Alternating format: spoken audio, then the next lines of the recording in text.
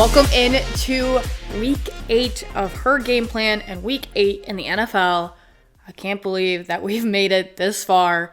I've done a podcast for almost half of the NFL season now, which I love doing, and I hope that you are loving it just as much as I love doing it. But let's just skip the chit chat and let's jump right into football fundamentals because we have a lot to cover this week. So let's go.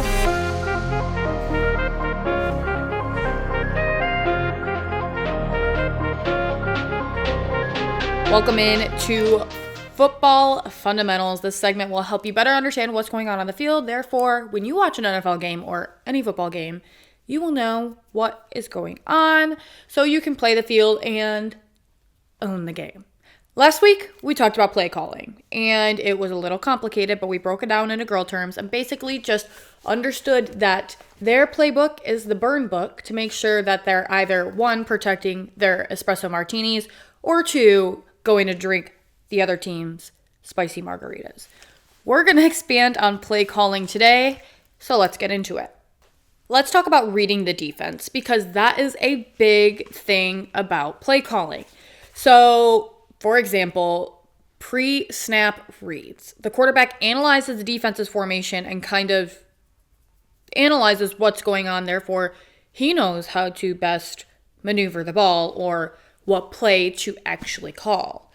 And also, this leads into adjustments or audibles. So let's say the quarterback reads the defense and is like, the play that we just called isn't going to work. That's usually when you hear an audible and the players start changing their formation. They start moving around, but essentially it's because the quarterback's like, that play's not going to work. I'm calling an audible. And this is where you hear, I know last year, Josh Allen, the Buffalo Bills quarterback, called an audible and was talking, said LeBron James. This past week, somebody said Coors Light. They all have different words or different names for different things, which actually I think is pretty cool and impressive as an NFL player that you can remember all of that. It's kind of insane, actually.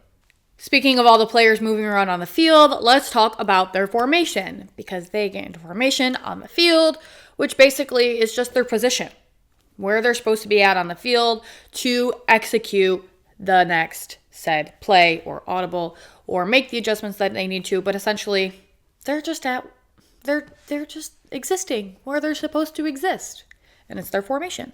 And execution. How do they execute all of this? Well, let's talk about it.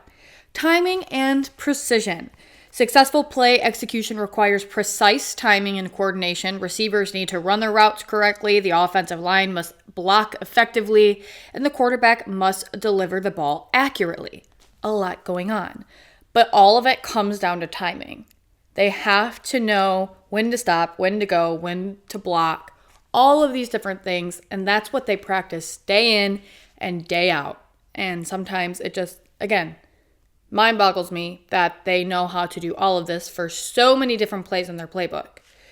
And then also on execution, blocking assignments. So remember the offensive linemen, do you remember what their job is? They're the security guards, right? So our offensive linemen and sometimes tight ends and running backs, if they have to, if it's in the play call, have specific players to block, ensuring the play has the best chance of succeeding. So they have an assigned person on the other side of the line that they are blocking to prevent them from stopping the play or getting to their Regina George, or better known as our quarterback. Now for communication, this is just wild. So verbal and nonverbal cues. Players will use both verbal cues, audibles, like we talked about, the Coors Light, the LeBron James, whatever they want to use, and nonverbal signals. So hand signals or gestures, like sometimes the quarterback will lift up their back foot to signal the running back to start running across the back, or a wide receiver. There's different things you'll see a quarterback do. Maybe their left hand comes out, their back foot will lift up, their front foot will lift up twice. There's just different gestures that they can do to signal somebody to start the play or start motion before the ball is snapped. And there's also a silent count. And this happens mostly in noisy environments. The team uses a silent count to avoid tipping off the defense. This often involves visual signals or a predetermined snap count. So again, lot is going into making sure that the play is executed correctly. So now that we basically know all of the nitty-gritty details that we need to call a play or what play calling is, let's call our own, right? Breaking down what we learned today in girl terms. So reading the situation, let's talk about pre-plan, right? You're making sure you're reading the defense, you're pre-planning, you check the weather, see if there are any sales or a movie is sold out. You are making sure you know all the details before you execute this plan. And adjustments, or the audibles, if it's raining, you might say, change of plans, let's start with going to the movies. And that's your audible to change the original plan. Got you. Communication. Text messages, hey, let's meet at Starbucks at 12. Group chat, sending updates or changes instantly. This is your communication, your verbal, nonverbal cues to execute your plan. So now, let's call our own play. Breaking it down into girl terms. So, example of a real football play call. I'm going to sound really idiotic saying this, but here we go. The play is trips right, 62 Z post on 2. We're going to do this in girl terms. Don't even worry. So, planning the outing, the playbook. Trips right is 3 friends are shopping together on the right side of the mall.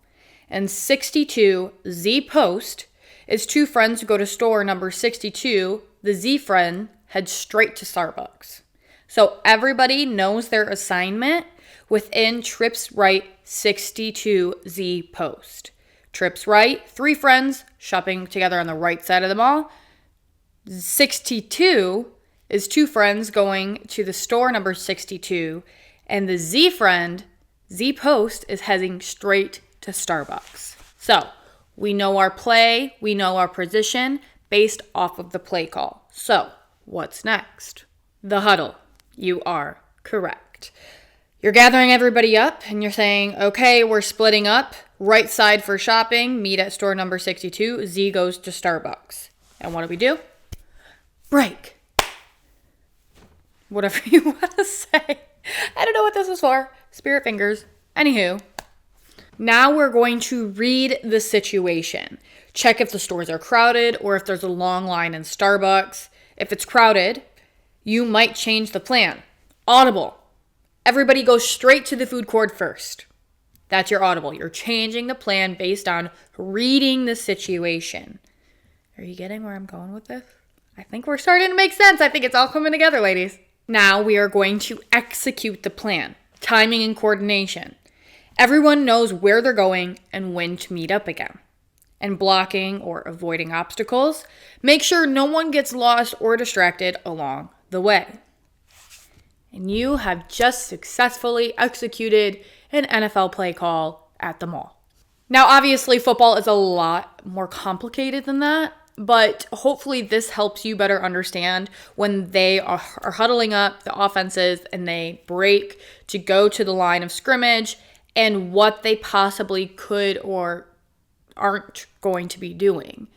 This is going to help you better understand the game, and I promise you're going to have a lot more fun watching football now that you know this. So now that we know how to call a play in the NFL, let's go ahead and go behind the playbook and talk about Week 7 and 8 in the NFL.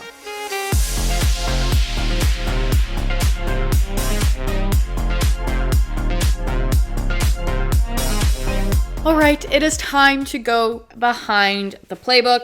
This segment will give you key things to watch in the upcoming NFL slate that weekend. Therefore, you know the drama, the gossip, and what you can say to impress the football-loving people in your life. But first, let's talk about a little bit of news. Guess who's coming back? Guess who's back? Tua Tagovailoa, the Miami Dolphins quarterback.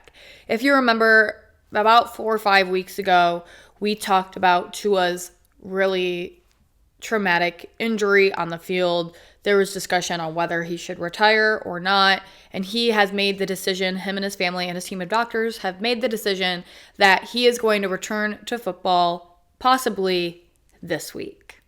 Now, this is big for the Dolphins because they have been struggling at the quarterback position without Tua. Majorly. So we just have to respect Tua's decision to come back, whether we agree with it or not. This is the decision that he made. Therefore, we can't wait to see you back on the field, Tua. And some news broke last night, Monday night, recording this on Tuesday. Not so happy about Mr. Waymo, Jameson Williams of the Detroit Lions. Pull yourself together, buddy. The Detroit Lions wide receiver is facing a 2-game suspension for violating the NFL's performance-enhancing substance policies. He's already come out and said, you know what, I have to respect the NFL policy. I'm going to have to sit this one out. I can't fight it. So he's basically admitting it to it. Jameson Williams, we will see you in 2 weeks. Get it together, sir. And last and probably least, I don't like talking about this, but injuries, the injury bug just continues to bite, and my boyfriend and I were talking about this last night. As NFL seasons continue, the injuries only continue to seem worse, especially how the players are getting hurt. But we will dive into who got hurt this week in week 7, and will probably not be returning for the rest of the season. And it's very unfortunate and detrimental to 2 of these teams that we will talk about. But you know the drill. Before we go all the way behind the playbook and look at week 8 games in the NFL, we're going to give you some one-liners from week 7 transitioning to week 8 that you can drop in any NFL game, watching it with the football-loving people in your life to impress. And we break it down into 3 different levels: beginner, intermediate, and expert, based on your confidence level or how much that you want to impress. So let's begin with your beginner one-liner. Trade season is here. The NFL trade deadline to trade players to other teams is November 5th. After November 5th, you are stuck with the players on your roster. So we're going to be seeing a lot of action here in the next 2 weeks. So when you're watching any game in week 8 in the NFL, here's something you can state to not only impress with knowledge in the NFL, but also create conversation. The trade deadline is almost here, right? Who do you think are the top prospects to be traded? This will spark conversation, especially with the football-loving people in your life. Intermediate one-liner. Let's talk about it. The Kansas City Chiefs are the only undefeated team left in the NFL. Can you tell? I love that. And it's honestly really confusing because a lot of their playmakers have been hurt or are getting hurt or just aren't involved. I'm really unsure how they're winning games and how they're scoring. But when you are watching any game in week 8 in the NFL, here's your intermediate one-liner. Do you think this team we're currently watching could beat the Kansas City Chiefs? They are the only undefeated team left in the NFL. And if you want to be an expert in week 8 of the NFL, here's a little bit of information for you. In week 7, for the first time this season, 4 teams overcame double-digit deficits, meaning they came back to win the game after being down 10 points or more. Those teams were Buffalo Bills, Detroit Lions, Indianapolis Colts, and Jacksonville Jaguars. So when you're watching any game in week 8 in the NFL, here's your expert one-liner. We finally saw some awesome comebacks in week 7. Would love to see that happen again. And if somebody's like, what do you mean? You say, Buffalo, Detroit, Indianapolis, and Jacksonville all overcame a double-digit deficit last week to win their game. So now that you have your one-liners to watch any game, let's get into the nitty-gritty of some primetime games and some great matchups here in week 8 in the NFL. And starting with the first time primetime game of the week, Thursday Night Football. This week is actually a good one. I'm going to enjoy watching it. I feel like Thursday Night Football is always the one primetime slot where they're just like, it doesn't matter, just put 2 teams there. Poor Amazon Prime, because I love the Amazon Prime broadcasts. And if you don't, let's chat about it, because I want to change your mind about that. But anyway, it's the Minnesota Vikings and the Los Angeles Rams.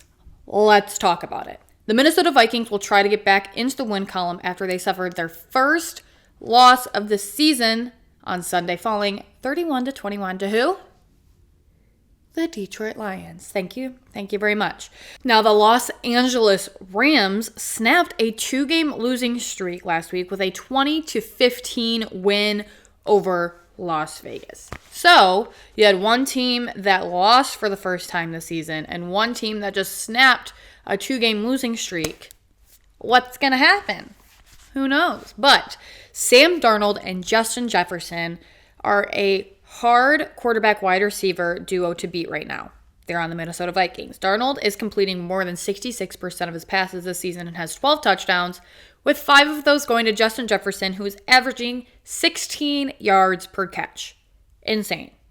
Now, speaking of completion percentage, Matthew Stafford is also completing more than 66% of his passes this season, and that's without having 2 of his stud wide receivers, Puka Nacua and Cooper Kupp, due to injury. But Cooper Kupp is going to be back.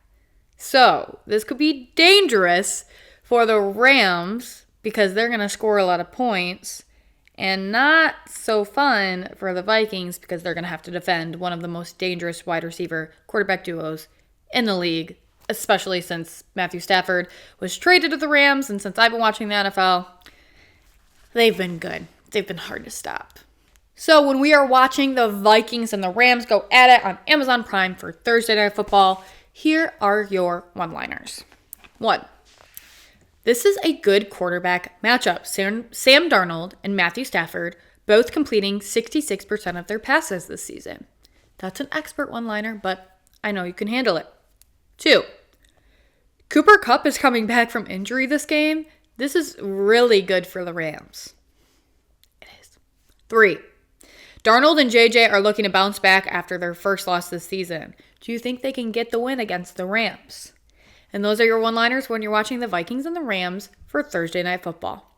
Moving on to our Sunday slate, we're going to start obviously with the 1 o'clock time slot. And it's going to be the Detroit Lions taking on the Tennessee Titans. Now, if playoffs happened right now, cut the regular season, we're going straight to playoffs. Who's the number 1 team in the NFC? The Detroit Lions, which is insane to think about. But we're here and we are loving every second of it, but we're taking it week by week. So, thanks to the win against the Vikings last week, Lions are in the number 1 spot. One of the biggest takeaways of the entire weekend in the NFL is that Jared Goff, I'm chanting that everywhere, is entering the NFL MVP, Most Valuable Player conversation due to his consistent performances in the past 3 weeks. Within the past 3 weeks, the Lions have completed more touchdowns, have scored more touchdowns than incomplete passes. 18 touchdowns, 15 incompletions. Absurd.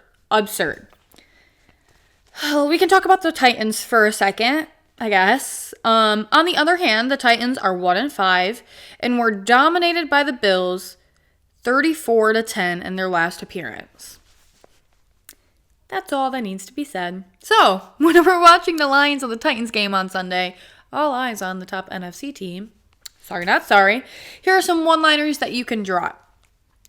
Do you think that the Lions are the best NFC team in the league? The answer is yes. 2, Jared Goff being in the MVP talks is wild, but so deserving. Why is that? Why do you think he's deserving? Well, the Lions have 18 touchdowns and 15 incompletions in the past 3 weeks. That's why. 3, what do you think the Titans should do about their quarterback situation? Because Will Levis is not it. And Will Levis just continues to be a meme. I'm so sorry, buddy, but it's just not looking good for you. And those are your one-liners when you can drop when you're watching the Lions and the Titans go at it on Sunday. Alrighty, our next matchup, we have the Indianapolis Colts and the Houston Texans. This is an in-division matchup. Which division do these 2 teams belong to? The AFC South. I heard you correctly. That is correct. So let's talk about Houston. They are coming off a narrow loss to Green Bay in quarterback CJ Stroud's worst game of the season. Like, actually bad. I think he only had like 6 completions or something like that. It was not great. But now the Colts are coming off a 16-10 home win over the quarterback-less Miami Dolphins. Now, in the first game of the season for both these teams, they played one another, and it was an explosive match on the offensive side of the ball. The score was 29-27 Texans. So because this is an in-division match, they play each other twice this season. They already played in Indianapolis to open the season. Now they're playing in Houston to close out their little rivalry for this season. I think the Texans take it just because they have a more dominant roster. But what do you think? That can be one of your one-liners when you're watching the Colts and the Texans game on CBS. Who do you think's going to win the second matchup of these two teams this season? 2, who do you think wins the battle of the AFC South? Because, honestly, these are the two teams that are fighting for that contention. The Jags and the Titans? Not it. 3, hoping to see Stroud come back this game. He's coming off the worst game for his NFL career. 4, do you think AR-15, Anthony Richardson, is really the guy for the Colts? And those are the one-liners you can drop when you are watching the Colts and the Texans on Sunday. Moving on to another in-division matchup, we have the Atlanta Falcons taking on the Tampa Bay Buccaneers. In-division matchup, which division do these two teams belong in? NFC South. Correct. You are correct. Now, the Buccaneers were bit by the injury bug on Monday Night Football. The Buccaneers took 2 huge hits. They lost Mike Evans for 2 to 4 weeks due to a hamstring injury. And they lost their other wide receiver, Chris Godwin, as his ankle was dislocated, broke, late in the game, and he was carted off the field. His season is, in fact, over. So the Bucs are red hot. I mean, Baker Mayfield, in another podcast I listened to, Fantasy Footballers, shout out Andy, Mike, and Jason, they call him Laser Mayfield because he is absolutely ridiculous this season. Probably the best season he's had in the NFL. And he just lost 2 of his receiver, 1 for the season, 1 for 2 to 4 weeks. So how do the Buccaneers bounce back? And speaking of their opponent, the Falcons have had a hard time getting their offense going against the Seahawks this past Sunday, so they're looking to bounce back in this battle for the NFC South. So when we are watching this game, the Falcons and the Bucs on Fox, here are some one-liners that you can drop. What is Tampa Bay going to do without their 2 stud receivers? 2, do you think the Falcons bounce back this week against a beat-up Bucs team? 3, one of these teams have to win the NFC South, right? You're going to spark some conversation when you're watching the Falcons and the Bucs on Sunday. Moving on to the 4 o'clock slate, we have the Buffalo Bills taking on the Seattle Seahawks. So the Bills are on the road for their 5th time in 8 weeks. They've only had 3 home games, and they're going on their 5th road trip. But this is their first time to the West Coast, so it's not going to be so great for them, especially since they're all the way on the East Coast and they're traveling all the way to the West Coast.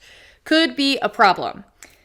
But especially because they are known for having a slow first quarter and they can't against the Seahawks. But, I keep saying but because there's a rebuttal, because there is. The Bills are just so unpredictable. The Bills have outscored their opponents 166-81 this season, so they're a pretty dangerous offensive team. Now, speaking of offense and speaking of their opponent, the Seahawks have the number 1 passing offense in the NFL at 271 yards per game. So it's no secret what they will try to do against Buffalo, but they'll most likely be missing their top target, DK Metcalf, due to injury. I think he has a knee sprain, an MCL sprain, so he's week to week, but probably is going to be out this week. Going to be a high-scoring game. If it's not, I don't know anything about football. But I do because I'm teaching you. Here are your one-liners that you are going to drop when you're watching the Bills and the Seahawks go at it on Sunday. 1, this could be a good game. Both offenses have scored plenty this year. True. 2, this is going to be a tough matchup for the Bills defense as the Seahawks are the number 1 passing offense in the league. Also true. 3, DK missing this game could be crucial for the Seahawks. So have fun when you're watching the Bills and the Seahawks on Sunday.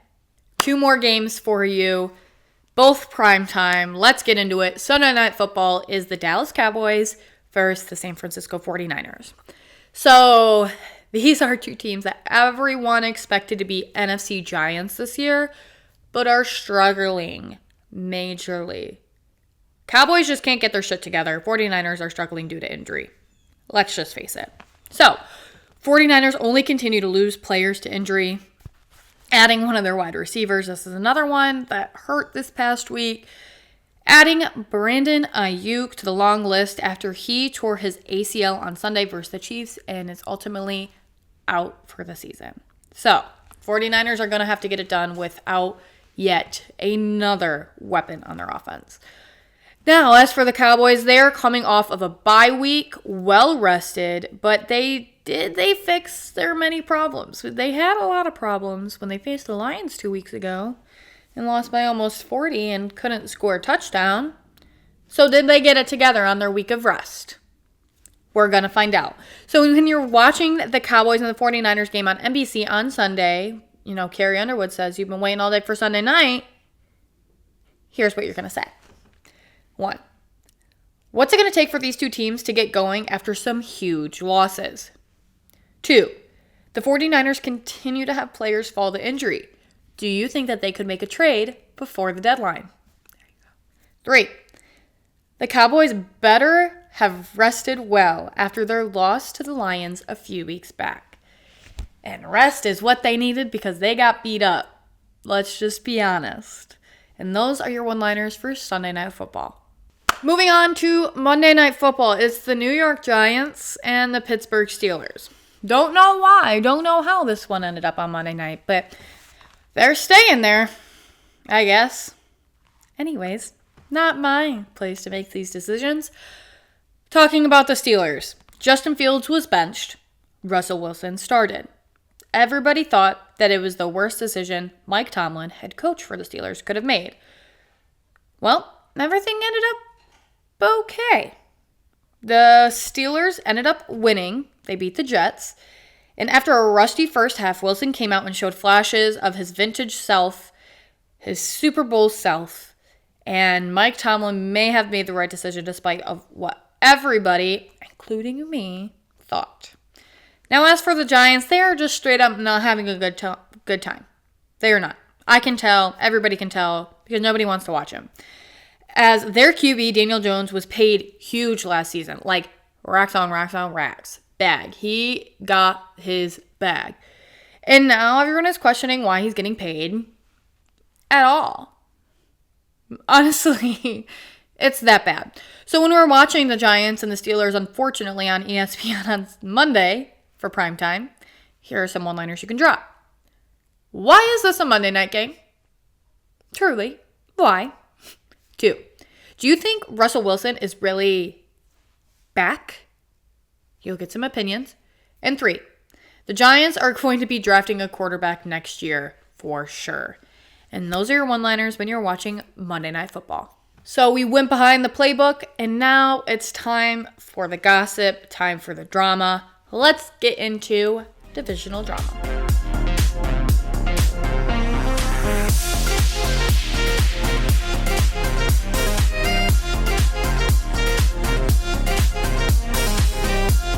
Y'all, this is our last divisional drama segment. I'm sad.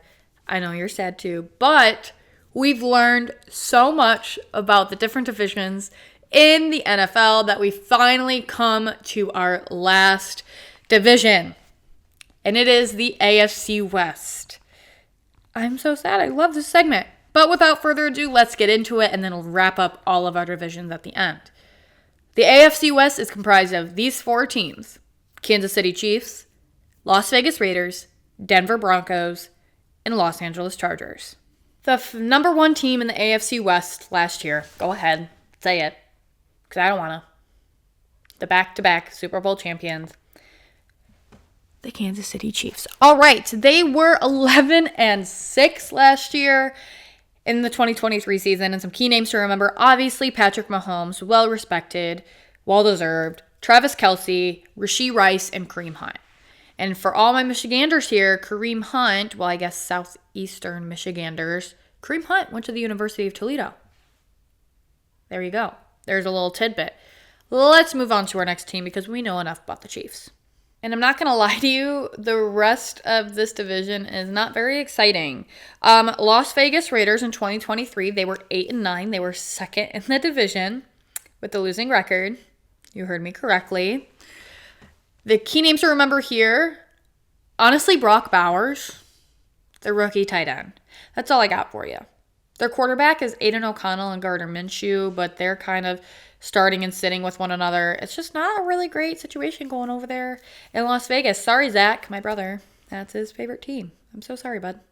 Another not so exciting team, the Denver Broncos. In 2023, they were also 8-9. Losing record, third in the division. Key names to remember here, Bo Nix. Bo Nix. He's got a cool name, he's got a cool wife, and he's a rookie from Oregon. Honestly, remember Sean Payton. He's the head coach now for the Denver Broncos. He was one of the NFL's most renowned coaches for the Saints. He retired, went into broadcasting, came out of retirement, and is now coaching the Denver Broncos. So Sean Payton, and quarterback Bo Nix. That's it. And moving on to last in the division last year, Los Angeles Chargers in 2023, they were 5-12. Again, not so great. Key names to remember here, Justin Herbert, quarterback, also from Oregon. Everybody thought he was going to be this big star, and he still can be, but he's just struggling. He's struggling. And their new addition for running back, J.K. Dobbins. He is popping off this year finally. He's been injury prone and has suffered a lot of injuries in Baltimore and signed with the Chargers this past season and is excelling. Also, who's the head coach for the Chargers? Jim Harbaugh. And you will remember that because we miss him dearly here in Michigan. Please come back. I know you're not, but please, we miss you. So that wraps up our last division, the AFC West, which is comprised of Kansas City Chiefs, Las Vegas Raiders, Denver Broncos, and the Los Angeles Chargers. So let's go ahead and go from top to bottom for our divisional drama. You ready? We're starting back at the very beginning, the NFC. Starting with the NFC North. Think what 4 teams are there? Detroit Lions, Minnesota Vikings, Green Bay Packers, Chicago Bears. NFC South, who's there? Tampa Bay Buccaneers, Atlanta Falcons, New Orleans Saints, Carolina Panthers. You got it. Moving on to the NFC East. We have Philadelphia Eagles, Dallas Cowboys, Washington Commanders, New York Giants, and heading over to NFC West, you have the San Francisco 49ers, Seattle Seahawks, Los Angeles Rams, and Arizona Cardinals. You just named 16 teams in the NFL. Now let's name 16 more. That was the National Football Conference, the NFC. So now we're going to talk about the American Football Conference, the AFC, starting with the AFC North. Think about it. Baltimore Ravens, Cincinnati Bengals, Cleveland Browns, Pittsburgh Steelers. AFC South, Houston Texans, Jacksonville Jaguars, Indianapolis Colts, Tennessee Titans. AFC East, Buffalo Bills, Miami Dolphins, New York Jets, New England Patriots, and AFC West, what we just went over, Kansas City Chiefs, Denver Broncos, Las Vegas Raiders, Los Angeles Chargers. You know all 32 teams in the NFL. That is a huge accomplishment, and you can thank divisional drama, and we will miss this segment so much, but I promise we will come back with an even better one for week 9 in the NFL. But that is going to wrap up week 8 for her game plan. Again, thank you so much for listening and sharing with your friends. I'm going to continue to ask you to share with your friends because we are completing some major milestones for the podcast. But again, this would not be possible without all of you. So thank you so much for continuing to listen, putting up with my shenanigans, and hopefully you're learning a thing or two and are enjoying the NFL season. I will see you ladies tomorrow for the fantasy hot or not list if you have a fantasy football team. But if not, I will see you ladies next week for another episode of Her Game Plan. Ladies, time to play the field and own the game, and we are doing that almost halfway through the NFL season. I will see you ladies next week.